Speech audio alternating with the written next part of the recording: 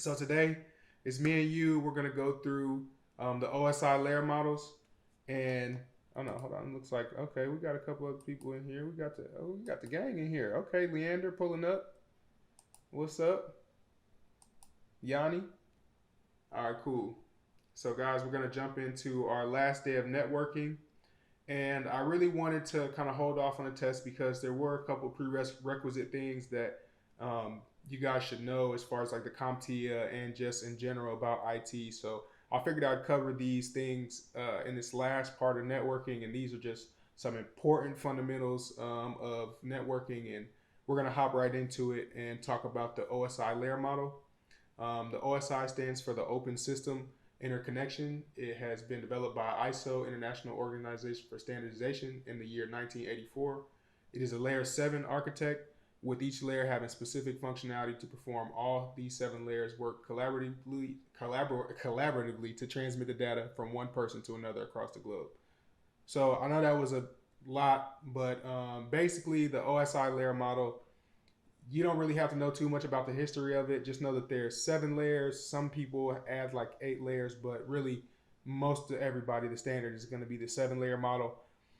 And this is important because like people will really ask you this in an interview. Like I've been in interviews and people have straight up asked me, like employers have straight up asked me, like, do you know the 7 layer model, the OSI layer model, and can you basically break down um, what each layer means? So there is an expression. It's like all pizza sees trains near, dark pass or something like that. I don't know. It's a weird. There's a weird acronym for it. You can make up your own acronym. I'm pretty sure everybody's pretty creative.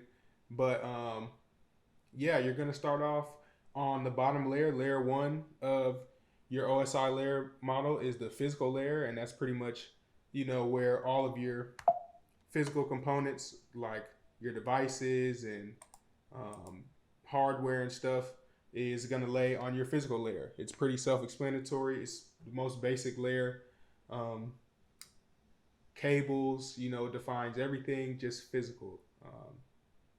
And your next layer is going to be the data link layer. The data link layer, it's responsible for organizing bits from the physical layer into frames, packets, or for data. It handles error detection and correction to ensure reliable data transmission. It's also concerned with the physical MAC addressing, network topology, and flow network. So it's kind of like making a sandwich building on top of each other.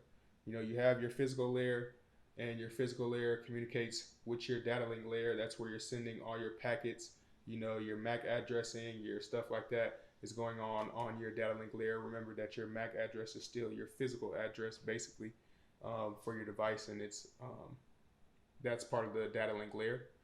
And networking layer, it manages the delivery of packets across the network.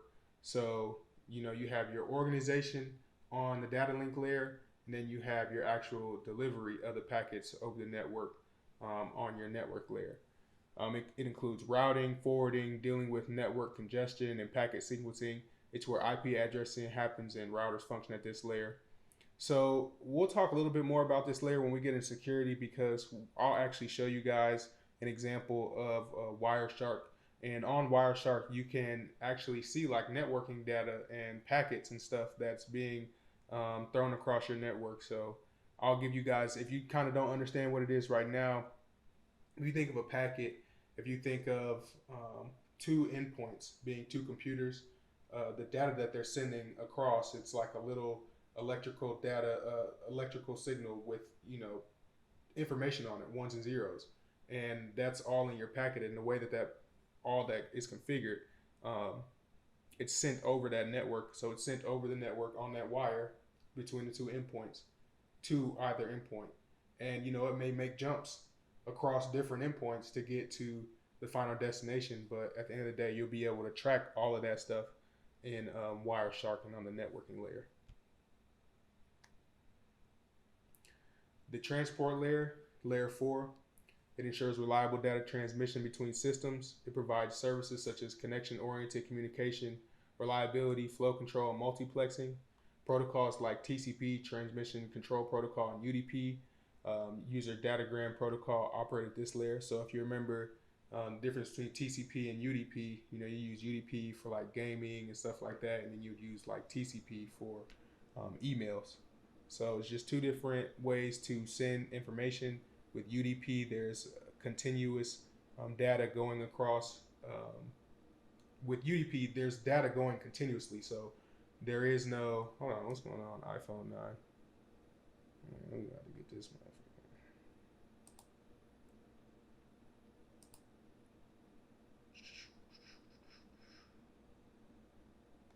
I don't know who this is, but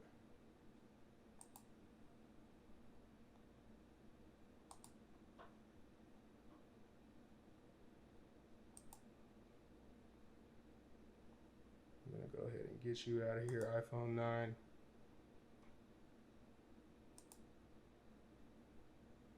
So nobody disrespects my classroom. So anyway, iPhone 9 doing the BS.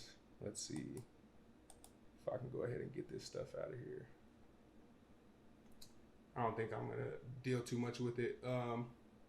So UDP, I was saying there's constant data transmission. Data is being transported constantly using UDP throughout your session. So like gaming and stuff that you need a constant connection, streaming, you would need a constant connection because you need data constantly being sent to your device. So UDP is a great way for that, and then TCP is reliability. So like if you're sending an email, then you definitely want reliability. Session 5. Layer 5 is the session layer. This layer is responsible for establishing, managing, and terminating sessions between applications. It ensures that communication remains active and reestablishes connections in case of disruption. So it's pretty self-explanatory. Layer 5 is responsible for establishing and managing and terminating the connections. So it's kind of like the start, the and the end of everything. The presentation layer is concerned with data representation and conversations. It ensures that data sent by the application layer of one system can be read by the application layer of another. This includes character encoding, data compression, and encryption and decryption. So the presentation layer is where a lot of, if you ever hear about like somebody encrypting a device, you'll probably think of as you get more and more along in your IT, journey, you'll learn about BitLocker and different encryption tools that you'll use to encrypt computers, different encryption methods as well. So this is basically concerned with data representation and conversion, and ensures that the data sent by the application layer of one system can be read by the application layer of another. So whenever you think of the presentation layer, think of, encryption, authentication, something like that. Let's move on to the next. Oh no, hold on, I gotta get that off of here. All right, Zoom. Let's see. Give me a second here, folks, while I figure this Zoom thing out.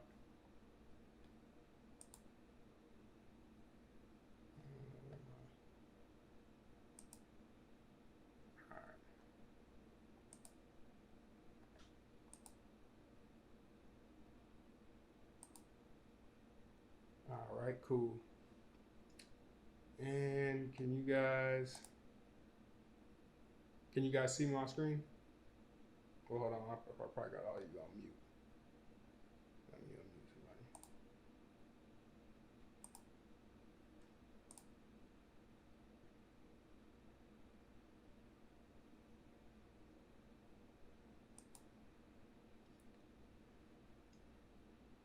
Can you guys see my screen? Just raise your hand or do something to let me know that you can see my screen. Leander, can you see it? I can see it. Cool. Appreciate you guys. All right. So we're on the application layer. This is the topmost layer. It directly interacts with the software application. Yes, I can see it. All right, cool. Appreciate you. It directly interacts with the software application and provides network services to them. This layer handles protocols that focus on user interface details like HTTP for web browsing, SMTP for email, and FTP for file transfer. So this is all stuff that you'll kind of see like in your web browser. So if you look at the top of your web browser right now, if you're on Google or something, you'll see like HTTPS, and the S stands for like a secured browser, and the HTTP stands for an unsecured browser. I'm pretty sure you guys have seen some of that stuff if you ever noticed that in your URL. Sometimes it'll even have like a lock and an unlock, like it's like a lock icon, and it'll be unlocked if it's HTTP, and it'll be locked if it's HTTPS. Each layer on both the sender and receiver's end communicates with its corresponding layer on the other end. This encapsulation of data as it moves through the layers helps isolate problems to a specific layer and makes it easier to understand complex network interactions. So basically what it's saying is, like, when people are talking in the industry, they'll say like this was a layer 3 issue, and the layer 3 I think is like the transport layer. I hope that's right. You about to see. Hold on, let's see if I know this for real. Oh, no, we're going forward. All right, let's go backwards. Network layer. So yeah, so you'll say it's layer 3. So it'll say basically like something's going on with, you may have to check, you may have to go in the server room and look at, your networking equipment and see if maybe something's going on with your router, see if there's any lights on that aren't on, things like that.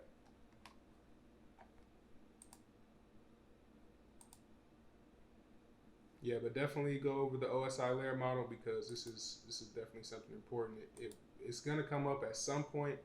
You'll never really know when it's gonna come up, which is a crazy thing. It's one of those things that, like, you could go 6 months and nobody will say anything about it, but at some point it's gonna come up and you're gonna be like, oh, okay, I understand. Or you'll be able to at least look it up and have a better understanding of what is really going on, because yeah, I've heard that before. People are like, oh yeah, this was layer 4 issue or layer 6 issue.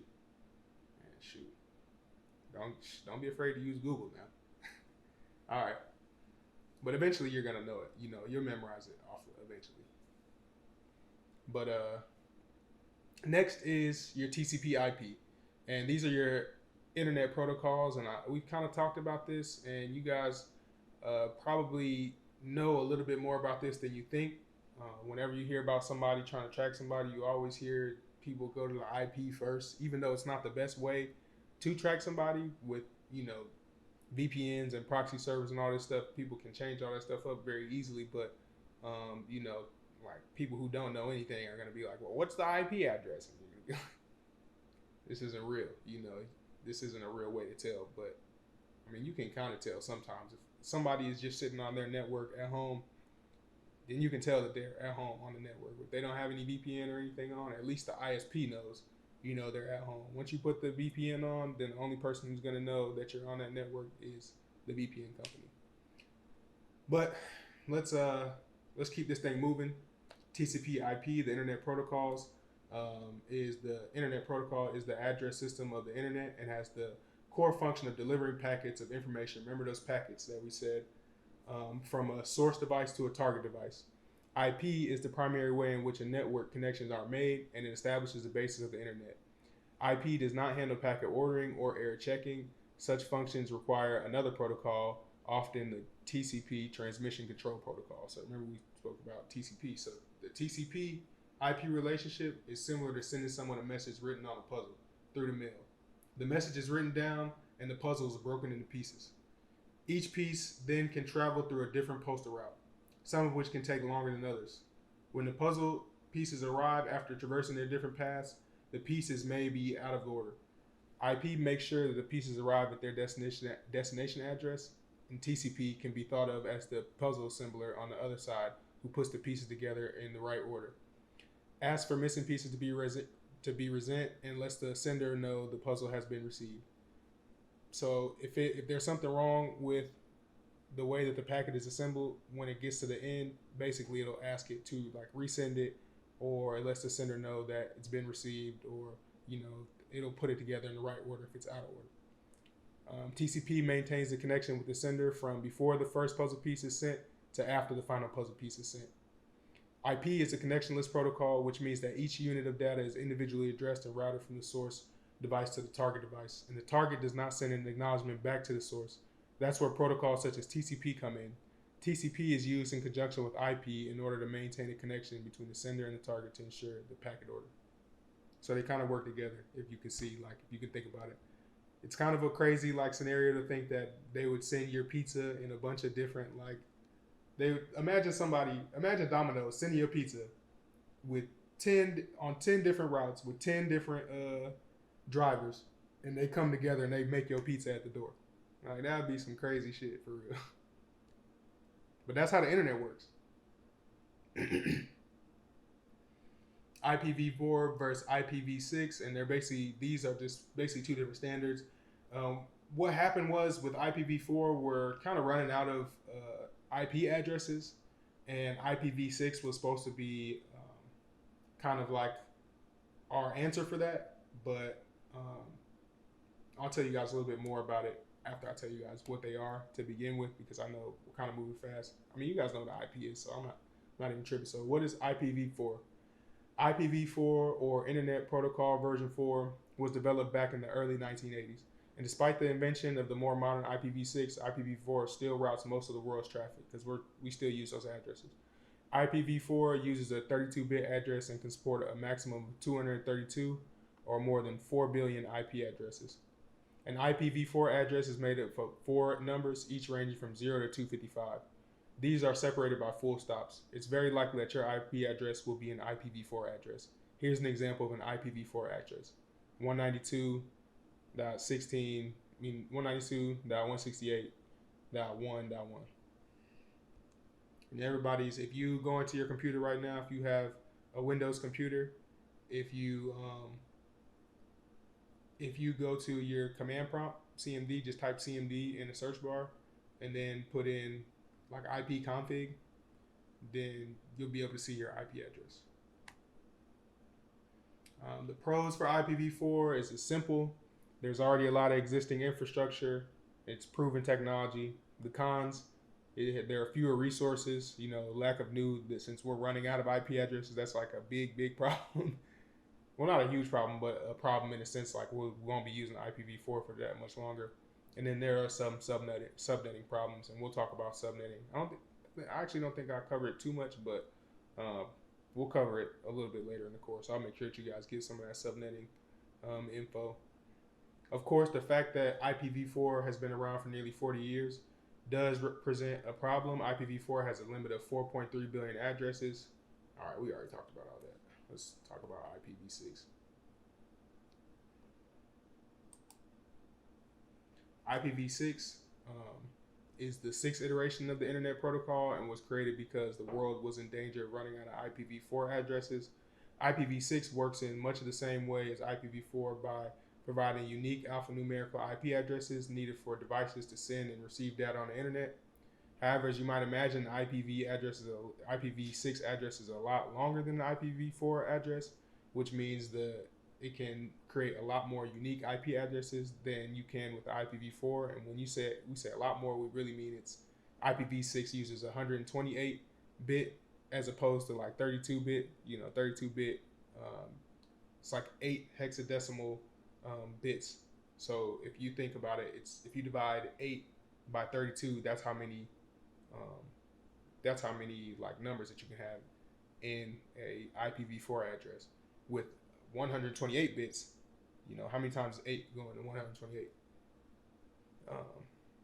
And you can provide 340 I don't even know how to say that word, undecillion IP addresses, while IPv4 is limited to 4.3 billion. So, there's exponentially more IPv6 addresses than there are IPv4 addresses. However, IPv6 implementation by ISPs and/or network admin can lead to various leaks and security issues.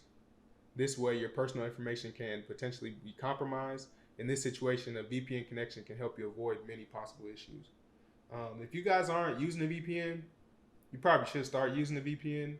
A VPN isn't going to provide you like absolute anonymity from anybody.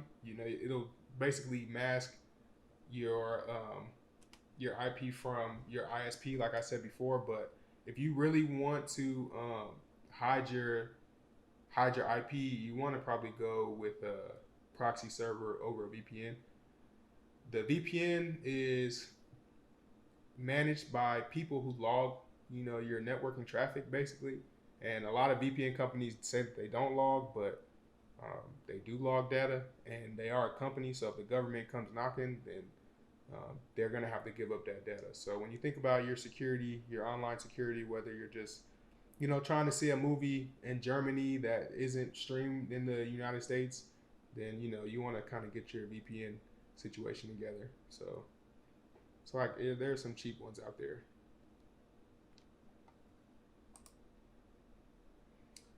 This kind of goes through the hexadecimal system. For those interested in the IPv6 address, is made up of 8 groups of 4 hexadecimal digits. These are separated by colons rather than full stops. So an example of an IPv6 address looks like this. And this is just super ugly, super gross.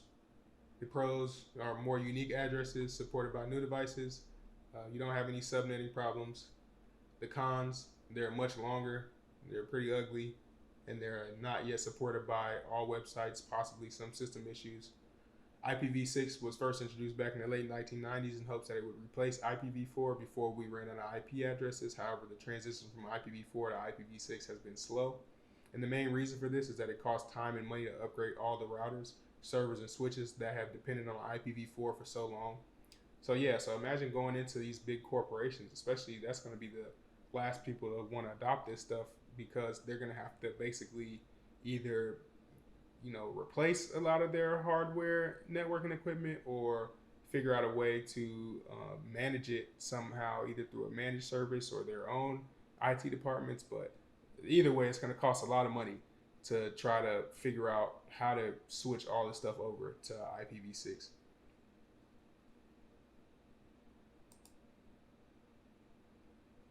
Ports are huge in security because a lot of times you're gonna be attacked through a port. If somebody's literally just sitting behind a computer trying to hack your computer on Linux, like how you guys see in the movies, they're looking for vulnerabilities. They're looking for open ports.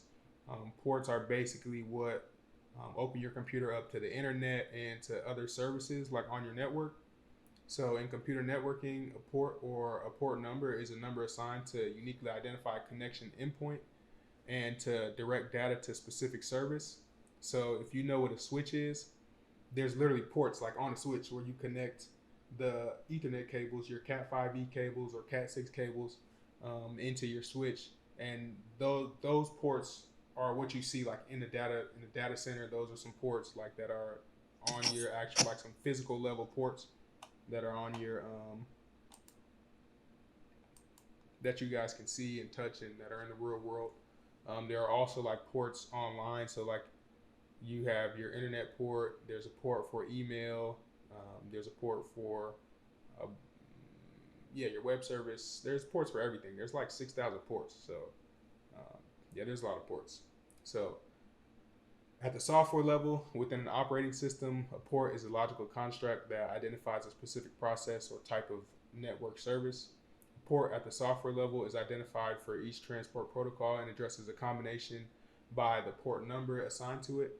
The most common transport protocols that use port numbers are the Transmission Control Protocol, TCP, and User Datagram Protocol, which is UDP. Those port numbers are 16-bit unsigned numbers. 16-bit unsigned numbers. A port number is always associated with the network address of a host, such as an IP address, and the type of transport protocol used for communication. It completes the destination or origination address of a message. Specific port numbers are reserved to identify specific services so that an arriving package can be easily forwarded to a running application. So this is basically port forwarding. They're forwarding information to different ports, and these are what control these services on your network. For this purpose, ports numbers lower than 1024 identify the historically most common used services and are called the well-known port numbers. Higher number ports are available for general use by applications and are known as ephemeral ports.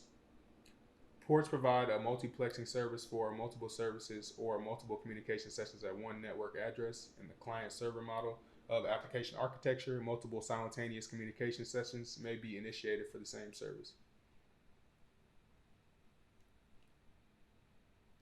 So basically, shoot, multiple ports, multiple services.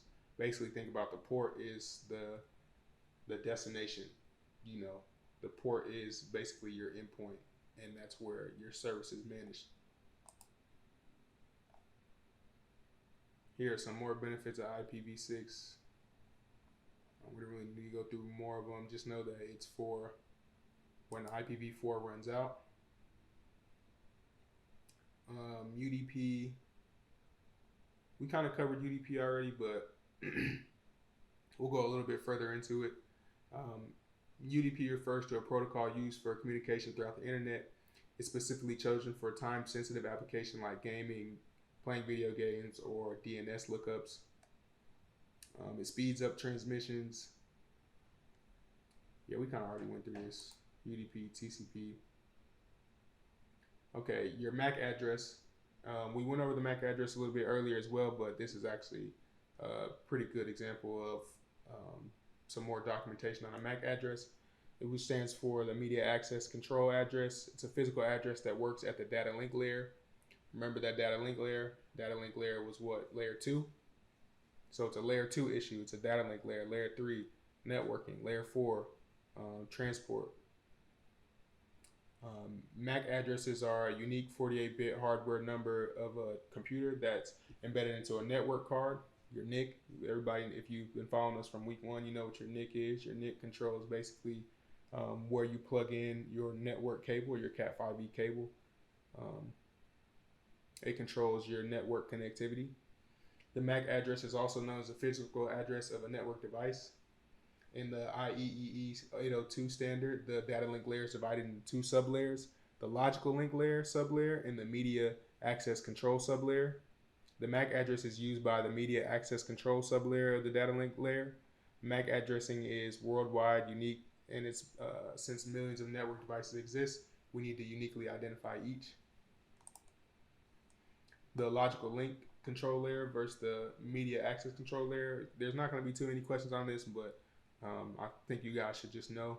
The logical link control layer provides the logic for the data link. Thus, it controls the synchronization, flow control, and error checking functions of the data link layer. The media access control, the MAC sublayer, provides control for accessing the transmission medium. So it provides that's how you are accessing your transmission medium, which is basically just your data.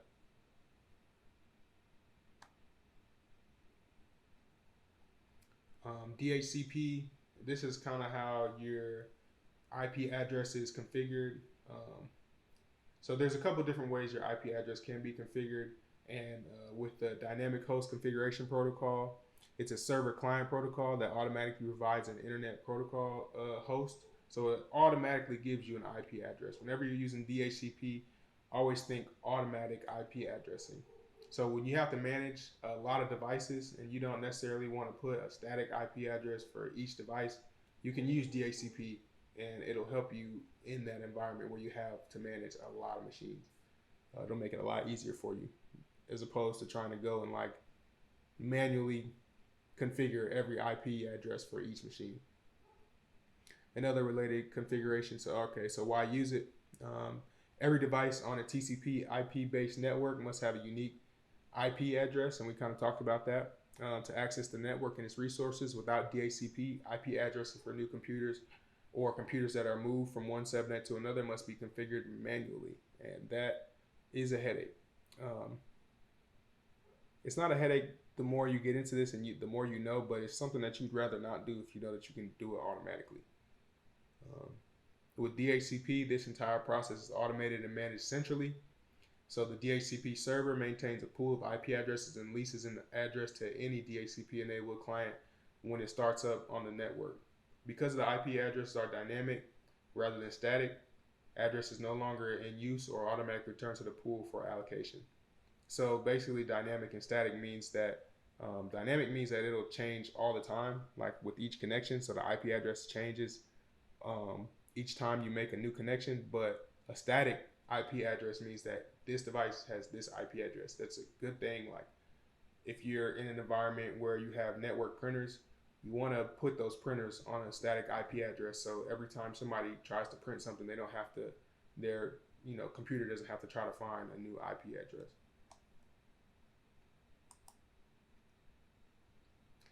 DNS, the domain naming system, is the phone book of the internet.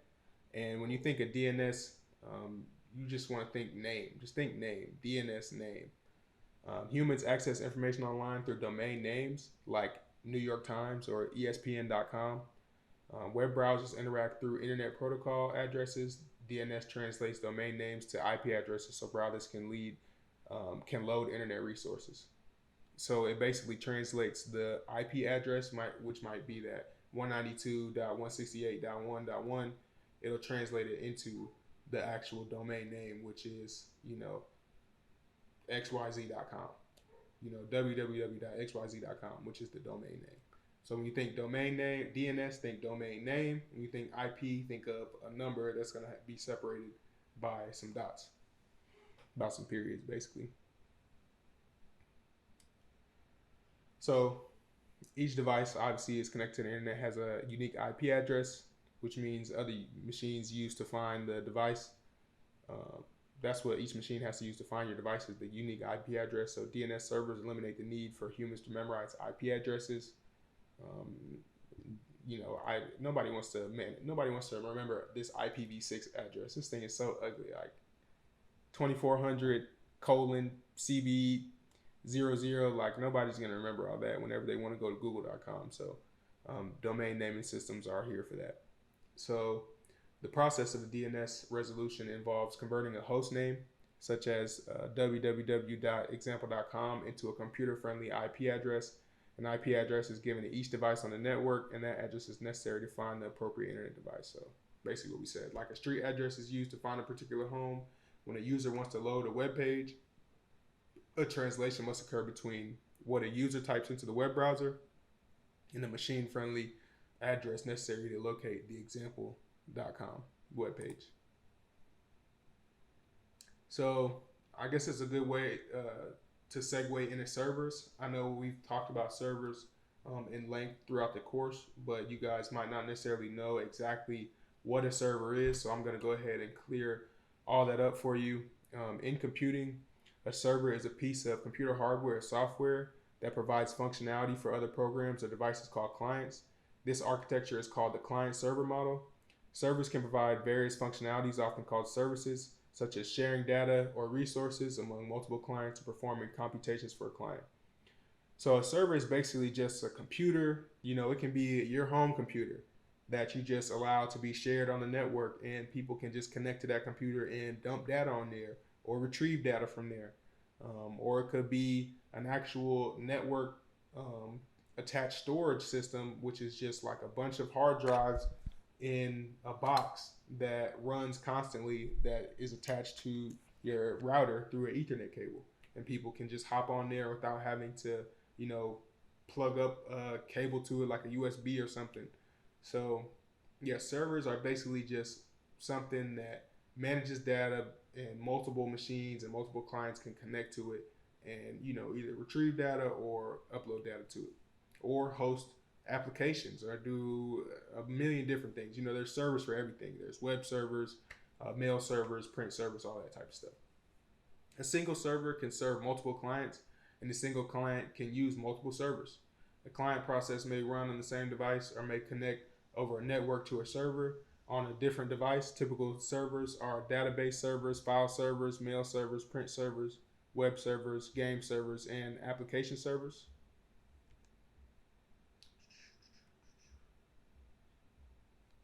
Next, we'll get into like proxy servers. We kind of talked about proxy servers a little bit when we talked about like changing your IP address.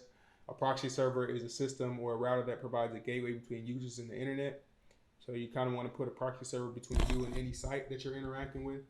Therefore, it helps prevent cyber attackers from entering a private network. So if your home is a private network, you don't want people to just be able to connect to your network and know exactly where you are, what you're doing, what devices you have. You want to add a proxy server to kind of put something in the way of that. A proxy server is basically a computer on the internet with its own IP address that your computer knows When you send a web request, your request goes to the proxy server first. The proxy server then makes your web request on your behalf, collects the response from the web server, and forwards you the web page data, so you can see the page in your browser.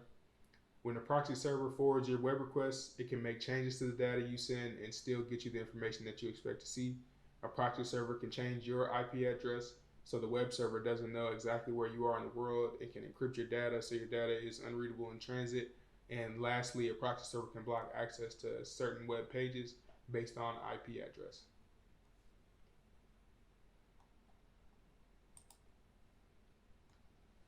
A firewall is a network security device that monitors network traffic and decides whether to allow or block specific traffic based on a defined set of security rules. So your firewall is what's kind of securing your ports from different things. And the firewall is a hardware and a software component. So if you go in a server room, you will probably see like a Sonic Wall firewall or a firewall from any of these other distributors or manufacturers. So firewalls have been the first line of defense in network security for over 25 years. They establish a barrier between secured and controlled internal networks that can be trusted and untrusted outside networks, such as the internet. A firewall can be a hardware, software, or software as a service, a public cloud, or private cloud. So as you can see, the cloud can be involved in firewall as well. Your DMZ, and this is all stuff, guys, that this is kind of like enterprise stuff. This is stuff that you would see like anywhere you go pretty much to work in the IT department. They're going to have a firewall. They're going to have a DMZ. They're going to have some form of servers, whether it's a mail server, a web server. They're going to have all that stuff. So a DMZ, or demilitarized zone, is a perimeter network that protects and adds an extra layer of security to an organization's internal local network area from untrusted traffic. So the end goal of a demilitarized zone network is to allow an organization to access untrusted networks, such as the internet, while ensuring its private network or LAN remains secure. Organizations typically store external facing services and resources, as well as servers for the domain name, system, file transfer protocol, mail, proxy, voice over internet, and web servers in the DMZ. These servers and resources are isolated and given limited access to the LAN to ensure that they can access by the internet, but the internal LAN cannot. As a result, a DMZ approach makes it more difficult for a hacker to gain direct access to an organization's data and internal servers via the internet. A company can minimize the vulnerability of its local area network, creating an environment safe from threats while ensuring employees can communicate efficiently and information directly via a safe connection. And this is mostly just some different security protocols. You have different Wi-Fi security protocols, and these are kind of based on how old they are. The most secure is WPA, so we'll go into some of the early forms of that as well. Wi-Fi security protocols use encryption technologies to secure networks and protect the data of their clients. If you look at your phone, you can see your phone is either on WEP or WPA and WPA2 in your Wi-Fi settings. If you look at it, you can see, especially like on your iPhone or your Android. So wireless networks are often less secure than wired ones. So wireless security protocols are crucial for keeping you safe online. The most common Wi-Fi security protocol today are WEP, WPA, and WPA2. Data encryption tools protect sensitive data by scrambling it until it's unreadable. Wi-Fi security protocols use cryptographic keys to randomize data to make it undecipherable. Since Wi-Fi systems use symmetrical encryption, the same key is used to encrypt and decrypt data. All Wi-Fi security protocols are certified by the Wi-Fi Alliance, the nonprofit organization that owns the Wi-Fi trademark. There are 4 wireless security protocols currently available. Wired equivalent privacy, which is WEP, Wi-Fi protected access, WPA, Wi-Fi protected access 2, WPA2, and Wi-Fi protected access 3, WPA3. What is WEP? So this is pretty much the oldest form of Wi-Fi security protocol, and that's really all you really need to know. We don't really use this anymore. It should be, if somebody's using WEP right now, they're asking to get hacked. I mean, it's just not something that we use nowadays. WPA, Wi-Fi protected access, is a wireless security protocol released in 2003 to address the growing vulnerabilities of its predecessor. The WPA Wi-Fi protocol is more secure than WEP because it uses a 256-bit key for encryption, which is a major upgrade from the 64-bit and 128-bit keys used by the WEP system. WPA also uses the temporal key integrity protocol, which dynamically generates a new key for each packet or unit of data. TKIP is much more secure than the fixed key system used by WEP. So remember, in WEP, the fixed key system, there was an identical key for each end, and so now it's something different now with a dynamically generated key for each packet. Still, WPA is not without flaws. TKIP, the core component of WPA, has designed to be implemented onto WEP-enabled systems by a firmware update. This results in WPA still relying on easily exploitable elements. WPA2 is the second generation of the Wi-Fi protected wireless protocol. Like its predecessor, WPA2 was designed to secure and protect Wi-Fi networks.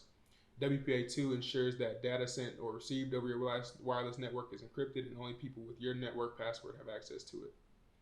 The benefit of WPA2 was that it introduces the advanced encryption system to replace more vulnerable TKIP systems, which used in the original WPA protocol used by the U.S. government to protect classified data. AES provides stronger encryption.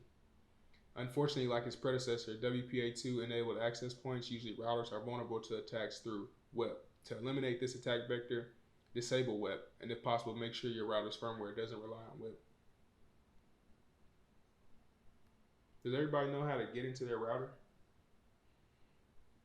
Usually there's, I think with Xfinity, it's like 10.0.0 something. I don't know.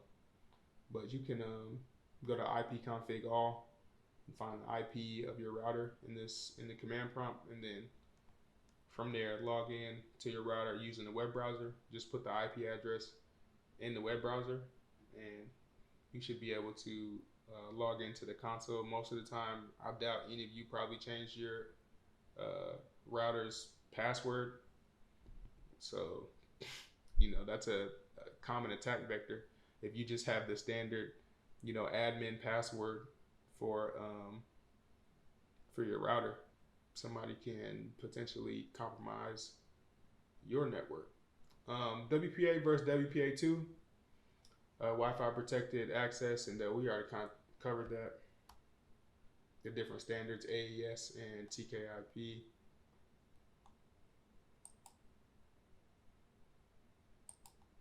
Always get the latest generation, so WPA2. And I think that is where we end off. WPA3 is the most recent standard, and I'll report somebody. Yep, WPA is the most recent standard. If you have the option when turning on the Wi-Fi encryption on your router, definitely go for the more secure protocol. Don't rely on weak security don't rely on just out of the box security to protect your system. You should always configure your own settings on your devices, especially like your routers and your computers and your mobile devices, because your mobile devices touch a lot of different networks every day. Your phone is constantly searching for Wi-Fi networks, so that in itself is like if it just connects to a Wi-Fi network automatically and it's a man-in-the-middle attack, just because it's an open network, like it's gonna connect. So you gotta go and configure some settings in your phone or on your device, on your laptop, to protect yourself today. So hopefully, you gain something from, some of this networking stuff. We talked about some internet protocols, some common ones, some Wi-Fi security protocols, MAC addressing, some ports. I think port 43 and port 80 are two important ports. One is for web and one is for email. So definitely check that out. Look up some common ports. There's 1,000 of them, but look at the most common ones. You're not going to remember 1,000 of them, but you can remember like 2 or 3 of them, especially if you're getting into IT security. Port security is going to be a big thing. And I'm gonna go ahead and wrap it up there. I appreciate everybody for hopping on. Everybody who did hop on and stuck through this with us. I know we had some slight technical difficulties, but we moved on through it. So thanks, guys. Everybody have a great night. And Thanks, bro. until next time, we're going to wrap this up on Thursday. I think we're probably going to hop into my curriculum. Let me see here.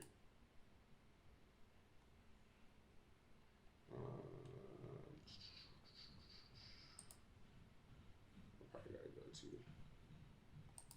to. I got to look at the actual. Let's see.